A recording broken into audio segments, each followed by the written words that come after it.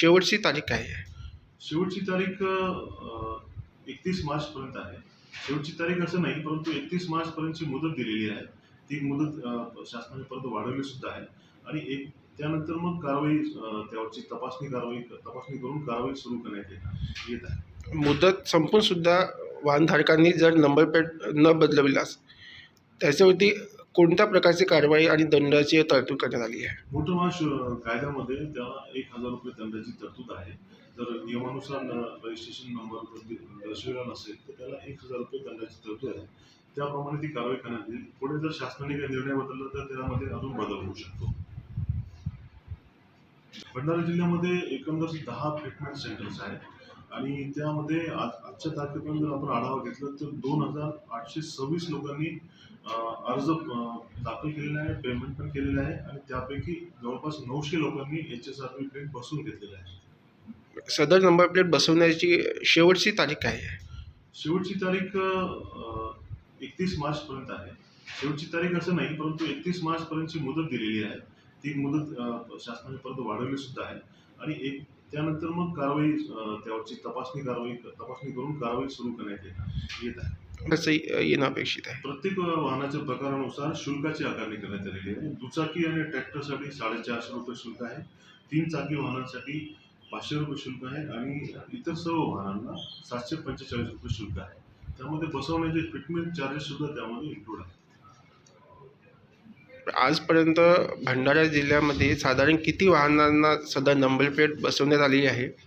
भंडारा जिल्ह्यामध्ये जुन्या number plate किंवा आजकाल ज्या प्रचलित प्लेट्स आहेत त्यामध्ये सुरक्षा प्रोव्हिजन कुठलं दिलेलं नाही. HSRP मध्ये सुरक्षा जी मी आपल्याला सांगितलं की लेझर कोड असतो आणि प्रत्येक नंबर प्लेटला युनिक ID कोड दिलेला आहे.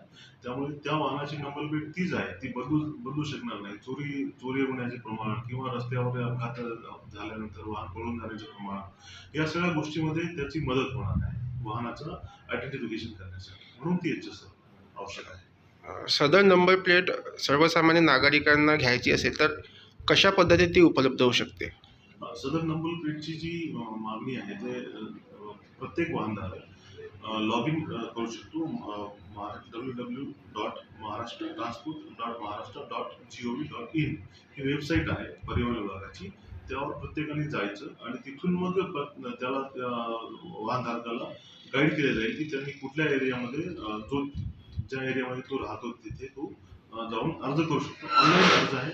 शुल्क सुद्धा ऑनलाईन भरायचं आहे. कोणाही व्यक्तीला प्रत्यक्ष पैसे देऊन किंवा अशा प्रकारे करण्याची प्रोव्हिजन नाही आहे. ऑनलाईन तुम्ही अपॉइंटमेंट घ्या. अपॉइंटमेंट घेतल्यावर तुम्हाला जे फिटमेंट सेंटर असतील तिथे जाऊन तुम्हाला त्या तारखेला ती प्लेट तुम्हाला बसवून मिळेल.